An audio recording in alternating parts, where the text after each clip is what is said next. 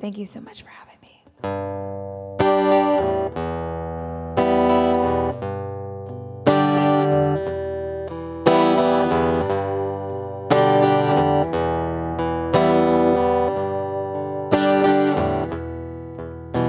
Well, I heard there was a secret chord that David played and it pleased the Lord, but you don't really care for music, do you?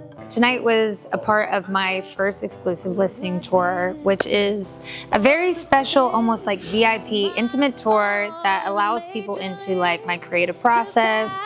King composing, hallelujah. Music is about connection. It's about seeing what's going on in their lives and as far as my life too, and hopefully I can connect with them in a therapeutic way that feels very healing. There's a country artist, Myles, and we hear she's excellent. Yeah, so third place in The Voice. We got here really early to get front row seats. Yep. That's why I take note cards and like lyric ideas from the audience and I make up music on the spot, because then I get to have a direct idea into what they're going through. Okay, this one says, feelings of love locked up nice and neat. What are things that are nice and neat? Maybe laundry. Okay, that's easy to put in a song.